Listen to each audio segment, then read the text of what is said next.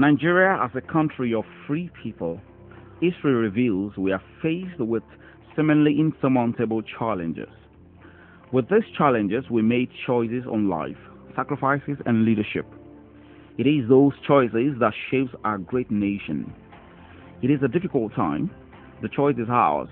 Our future waits patiently to record history. We are now at the moment to move from ordinary to extraordinary. That good look and a good look or good luck or whatever the name is, or bad luck, I don't know. He's quick to release a statement about the killing of Perry and don't say anything about the killing in his own country. That is an irresponsible, leadership. We are really saddened by what is happening in Nigeria. It is highly disturbing, and we need South African government to intervene. And we will be raising the matter in Parliament. We need Parliament to debate it as an urgent matter and take a resolution for South African intervention in Nigeria. Nigeria have gone through difficult times under Jonathan Goodluck and PDP government. Corruption, economic mismanagement, and insecurity have dominated the lives of a once beautiful country and pride of a black nation. Prices of goods and commodities have skyrocketed. As UNDP put it, at 80% of Nigerians are unemployed and 75% go to sleep with hunger. If you look at the issue of the economy itself, okay, I need to go back a bit. In 1999, when Obasanjo came in, we had 1.2 billion. When Obasanjo came in 19, we were owing 30 billion naira, $30 billion to the foreign debt, the foreign monetary institutions, Bretton Woods institutions, World Bank, IMF, Paris Club. By the time Obasanjo finished, he had wiped out that debt. And we weren't owing a penny to anybody, okay? Today, we're now owing almost $20 billion again in the last 5 years. What are they doing with the money? And they're still borrowing. That is number one. If you look at the issue of excess crude account, Obasanjo created it. When he came in 1999, there was no excess crude account. This is the money, that's kept for a rainy day. By the time he left, we had $24 billion in the excess crude account, okay? Today, we have $2 billion in the excess crude account, only $2 billion, despite all the massive amounts of money that has accrued to the Federation account from oil and gas sales over the last 5 years, record amounts, yet we only have $2 billion left there. You look at our foreign reserves, which is very, very important. In 1991, when Obasanjo came in, we had $1.2 billion left in our foreign reserves. By the time he left, we had $47 billion left in our foreign reserves. Today, we have less than $30 billion left in our foreign reserves. Again, despite the massive amounts of money that has been accrued, to this country, money we've made, oil and gas sales. Let me also add this. Unemployment figure is very, very important. 80% of our graduates in this country today, that's 8 out of 10, cannot find jobs. This is a record in terms of an abysmal record in terms of our history. It's never been so bad. If you have a degree, 8 out of 10 of you cannot get a job in Nigeria today. And 51% of our people, that's ordinary people, can't get jobs. So you have 51% unemployment rate, 80% graduate unemployment rate. You look at the issue of oil theft. Today we have 50% of our oil, Odoaga, who is a PDP man, said it's now 40%, as if that's anything to be proud of. 50%, I maintain that, of our oil production is being stolen, and the president cannot even secure our oil pipelines. In fact, he gave security over to one of his own, one Tom Polo, who was an ex-militant, and still 50% of our crude sales crude production is being stolen, and all the top companies are divesting from Nigeria and selling their interests, Shell and so on, are selling their oil fields on Nigerian soil to local interests. Okay, you look at the issue of Sanusi Lamido Sanusi's accusation 2 days ago. He's now said $20 billion is missing. Okay, he has reiterated that $20 billion is missing. You look at the issue of how this country is being run. Look, I'll tell you something today. We have 5 presidents in this country, not just one. We have the first president is the first lady. The second president is the minister of oil. The third president is the Minister of Aviation. The fourth president is Minister of Finance. And the fifth president is the President of the Federal Republic. And he comes a distant fifth. He dare not even claim to be fourth in the first four, because they are the people running the country and not him. We deserve better leadership. On May 6, 2010, Nigeria witnessed the sworn-in of the Goodluck Jonathan as 14th head of state. We need hope for Goodluck in his name to bring us luck and good tidings. Ironically, the reverse was the case in present-day Nigeria. And I don't expect him to say anything different to what he has just said. This is a failing party that he's representing. It's a failing government. They're clutching at straws. They're telling lies. And they're simply not getting it right. That the Nigerian people have moved beyond that. An alternative platform has been created to bring them security, to improve the economy, and to bring them good governance. And they're nervous. They've lost about 5 or 6 governors. They've lost so many senators. The APC now controls the House of Assembly. Are all these people wrong? This is a sinking ship. He represents a sinking ship. It really doesn't pay me just to come here and just be talking without facts. Let's be honest. The PDP is in trouble. It's not the APC that's losing government. It's not the APC that's losing legislation. It's the PDP. Now let's look at some of the specific issues he raised. He had the nerve to talk about security a minute ago, that we are not in a position to provide security. Now that leaves him open and leaves them open to a few assertions from me and a few charges from me. So many people have been killed under the watch of this government. It was not the APC leaders that swore to an oath of office in 2011 to protect the lives and properties of the Nigerian people. It was the PDP president and it was the PDP party, and they have failed miserably in that respect. So far, it has been a year of uncertainty, corruption, insecurity, and mismanagement of the economy.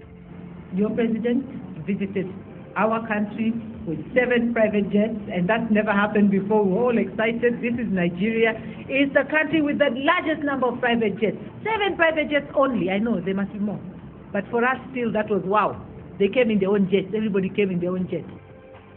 In 2013, the then Minister of Aviation, Mrs. Stella Hodua, approved the purchase of 54 vehicles valued at 643 million naira, exceeding the Ministry of Aviation's approval limit of 100 million naira. The House Committee on Aviation found her guilty, but nothing happened till today. Also in 2013, Malam Sanusi Lamido, the then CBN governor, raised alarm that $20 billion was missing or not accounted for by NNPC. NNPC has also said there is money that was PMS subsidy. I hear that reconciling with PPRA. But for us in the central bank, every month NNPC sends returns for FAC. And every month NNPC indicates how much it has deducted as PMS subsidy. From April 2012 to date, NNPC has submitted returns consistently showing it is deducting nothing before PAC from PMS. So we are surprised that having submitted nil returns since April 2012, we are now being told that in fact deductions were being made. Now, I don't know whether they were made or whether PPRA has approved them, and we will await the reconciliation with PPPRA. The other points about third-party financing, operating expenses, which were not appropriated, we have not seen any documentation or any proof. So all that we have said at Central Bank, and I think there is no disagreement, is that NNPC shipped $67 billion worth of crude. They have repatriated, or we have established that $47 billion has come back to the Federation. There is a $20 billion that has not come back. The burden of proof is on NNPC. But we have made suggestions that we question some of those explanations, and we believe that even some of that which has gone to MPDC does not belong to MPDC, but to the Federation. We are ready to discuss this further when the committee has examined our reports and all the documents and legal opinions. But I think all these matters are related. But the Minister of Finance, Mrs. Ngozi Okonjo-Iweala, said it is $10.8 billion. You wonder what's the difference. Nigeria's Finance Minister, Ngozi Okonjo-Iweala, admits that at least $10 billion remains unaccounted for. It was proven that no, 49.8 billion is not the right amount, and he had the courage to accept that. It is that 10.8 billion. Under those circumstances, the finances of the country are in a mess. $20 billion is more than the entire nominal 2013 GDP of more than 82 independent nations like Dominican Republic, Nepal, Honduras, Iceland, and more. $20 billion represents 1/8 of Nigeria's total oil-derived income. That is 1/4 of the country's yearly earnings. With $20 billion, one child of every family of 5 can be sponsored to a good college, even in America. With $20 billion stolen, Nigeria could have purchased 40,000 armored personnel carriers to successfully decimate Boko Haram and be prepared for any future battles within and outside our borders. Every sector of our economy, every sector of this country has gone to the dogs. And if we were part and parcel of those that supported the Yar'Adua government and brought them there, and we also supported the Goodluck Jonathan government and brought them there, and they've created such catastrophe for our country. In a country where transparency and probity is a watchdog, fellow Nigerians, is it right for any money to be missing? Just recently, former CBN Governor Professor Charles Soludo claimed that a total sum of 30 trillion naira of Nigerian money is either been stolen or unaccounted for in the last few years. The list is endless and keeps increasing. The PDP's reign has been a sorry, while the president is unable to tackle corruption. Your alliance will not achieve anything. Amass all your weapons and face us. We welcome you. Insecurity is everywhere.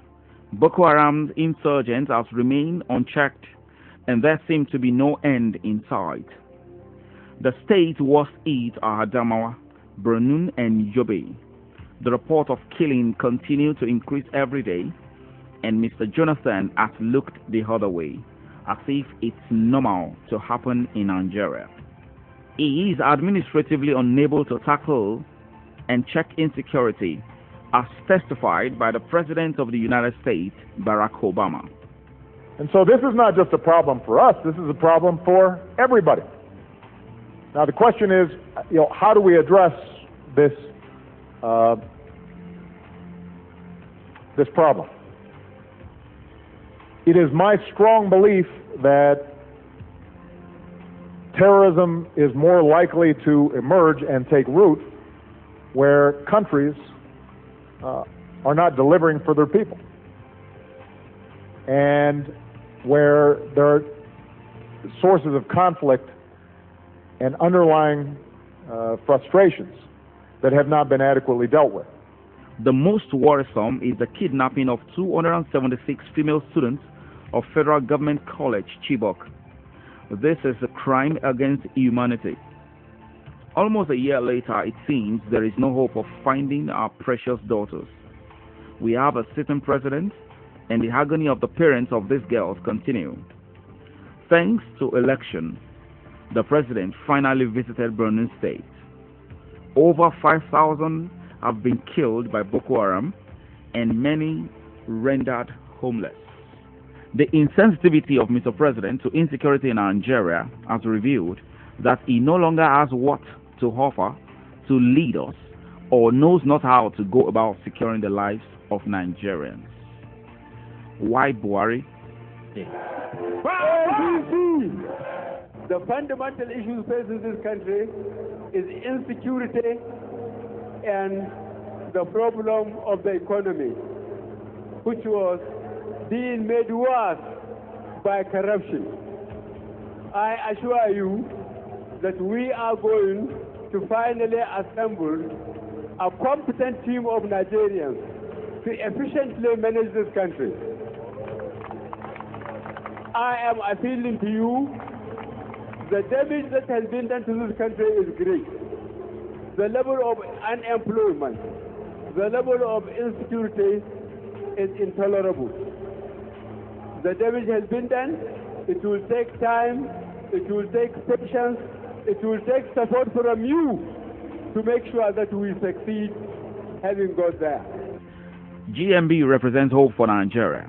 He is clean, reliable, hardworking, and honest. And today, every Nigerian is clamoring for change. through this patriotic man. Muhammadu Buhari, as a member of SNC and as the head of Petroleum Trust Fund, was by nature taciturn and introvert. He took any work given to him very seriously, and if he failed at whatever he did, it would not be because he did not put in his best. In fact, he would always put in his very best at any assignment given to him. Muhammadu Buhari was as reliable as he was hardworking.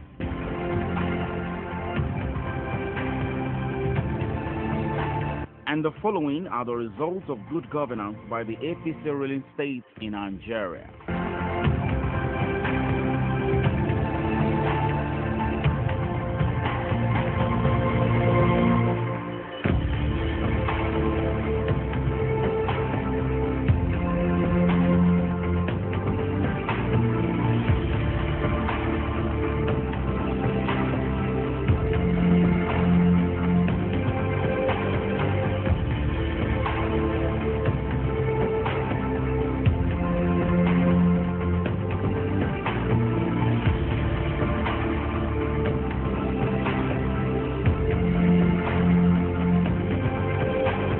Finally, look at what's happening in River State, where people are being killed on a daily basis and being denied, that is APC members, being denied the right to even have processions, to even demonstrate, and even have meetings and so forth, where a commissioner of police, one Umbu, has taken over the power in the state and will tell a serving democratically elected government which road he can take, where he can go, where he cannot go. This is completely unacceptable. And I think the APC leadership is a good quality leadership. It is not just General Buhari, it is not just Asiwaju Tinubu, it is not just Samanda Isaiah. Don't worry too much about me. Let's worry about Nigeria. And as far as I'm concerned, they present a far more credible leadership than we have in the PDP today, and we go to the field and we'll defeat the PDP once and for all, put them where they deserve to be. And it's for all these reasons that we are saying that we must join forces to ensure that Goodluck Jonathan does not come back in 2050. Vote for Buhari Osinbajo, the honest people from the honest party, APC. Your destiny is in your hand.